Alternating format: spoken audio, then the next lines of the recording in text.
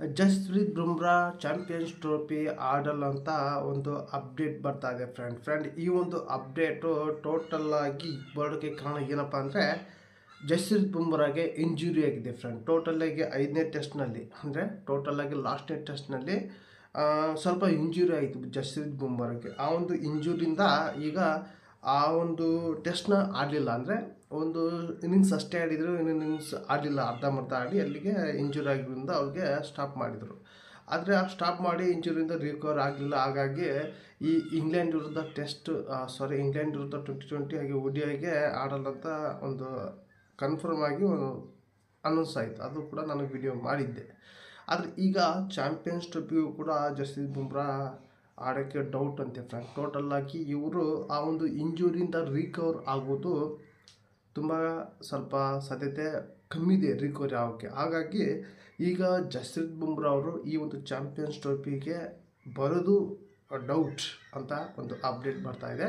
ಇದು ಇನ್ನೂ ಕನ್ಫರ್ಮೇಷನ್ ಆಗಿ ಏನು ಅನೌನ್ಸ್ ಆಗಿಲ್ಲ. ಆದರೆ ಇದು ರಿಕವರ್ ಆದರೆ ಯಾವೊಂದು ಟೈಮ್ನಲ್ಲೂ ಕೂಡ ಇವರು ಟೀಮ್ಗೆ ಬರುವಂಥ ಚಾನ್ಸಸ್ ಇರುತ್ತೆ ಫ್ರೆಂಡ್. ಇನ್ನೊಂದು ಗುಡ್ ನ್ಯೂಸ್ ಏನಪ್ಪ ಅಂದರೆ 2023ರಲ್ಲಿ ಚೆನ್ನಾಗಿ ಪರ್ಫಾರ್ಮೆನ್ಸ್ ಕೊಟ್ಟ ಇಂಡಿಯನ್ ಬೌಲರ್ ಮೊಹಮ್ಮದ್ ಶಮಿ ಇಂಡಿಯಾಕ್ಕೆ ಕಮ್ಬ್ಯಾಕ್ ಮಾಡ್ತಾ ಇದ್ದಾರೆ. ಚಾಂಪಿಯನ್ಸ್ ಟ್ರೋಫಿಗೆ ಡೈರೆಕ್ಟಾಗಿ ಆಡೋಕ್ಕೆ ಬರ್ತಾ ಇದ್ದಾರೆ ಫ್ರೆಂಡ್. ಇವರು ಇಂಜುರಿಯಿಂದ ಆಲ್ರೆಡಿ ಫಿಟ್ ಆಗಿದ್ದಾರೆ ಅಂತ ಫ್ರೆಂಡ್. ಇಂಡಿಯಾಕ್ಕೆ ಒಂದು ಗುಡ್ ನ್ಯೂಸ್ ಅಂದರೆ ಒಂದು ಬ್ಯಾಡ್ ನ್ಯೂಸ್ ಫ್ರೆಂಡ್. ಯಾಕಪ್ಪ ಅಂದರೆ ಜಸ್ಪ್ರೀತ್ ಬುಮ್ರಾಗೆ ಇಂಜುರಿ, ಈಗ ಮೊಹಮ್ಮದ್ ಶಮಿ ಟೀಮ್ಗೆ ಕಮ್ಬ್ಯಾಕ್ ಮಾಡ್ತಾ ಇದ್ದಾರೆ ಫ್ರೆಂಡ್. ಮೊಹಮ್ಮದ್ ಶಮಿ ಜೊತೆಗೆ ಬುಮ್ರಾನು ಕೂಡ ಚೆನ್ನಾಗಿರುವಂಥ ಕಾಂಬಿನೇಷನ್ ಇರುತ್ತೆ ಫ್ರೆಂಡ್. ಯಾಕಪ್ಪ ಅಂದರೆ 2023ರಲ್ಲಿ ವರ್ಲ್ಡ್ ಕಪ್ನಲ್ಲಿ ಒಂದೇ ಒಂದು ಮ್ಯಾಚ್ ಸೋತಿದ್ದು, ಅದು ಫೈನಲಲ್ಲಿ ಸೋತಿದ್ದು ಬಿಟ್ಟರೆ ಎಲ್ಲೂ ಸೋತಿಲ್ಲ.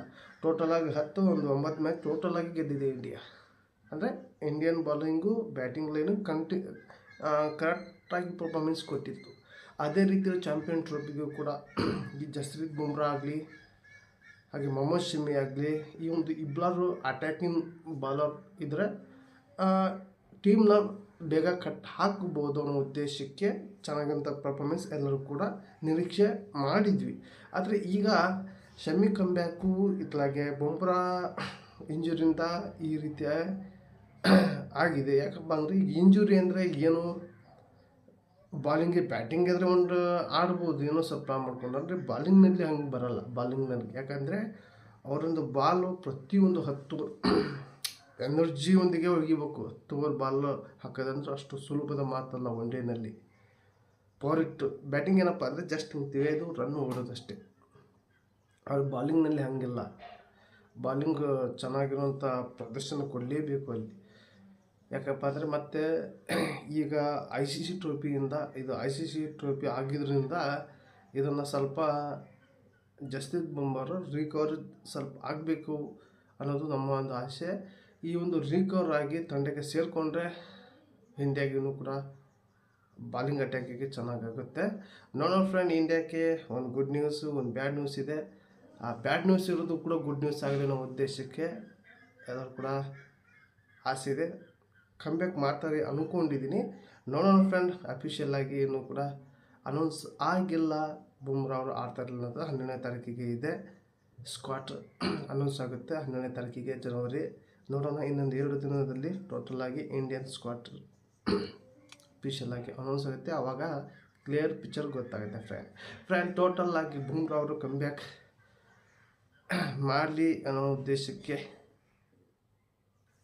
ನಿಮ್ಮ ಮನಸ್ಸಲ್ಲಿದ್ದರೆ ಕಮೆಂಟ್ ಮೂಲಕ ತಿಳಿಸಿ. ಹಾಗೆ ಈ ಒಂದು ವಿಡಿಯೋ ಇಷ್ಟ ಆದರೆ ಒಂದು ಲೈಕ್ ಕೊಡಿ. ಹಾಗೆ ನೀವೆಲ್ಲ ಫಸ್ಟ್ ಟೈಮ್ ನನ್ನ ಚಾನಲ್ ನೋಡ್ತಾ ಇದ್ದಿಲ್ಲ, ನೋಡೋರೆಲ್ಲ ಒಂದು ಸಬ್ಸ್ಕ್ರೈಬ್ ಟೆಂಪಸ್ ಮಾಡಿ ಅಂತ ವಿಡಿಯೋ ಎಂಡ್ ಮಾಡ್ತಾ ಇದ್ದೀನಿ. ಮತ್ತೆ ಅಂತ ವಿಡಿಯೋ ಟೇಕ್ ಕೇರ್, ಬಾಯ್.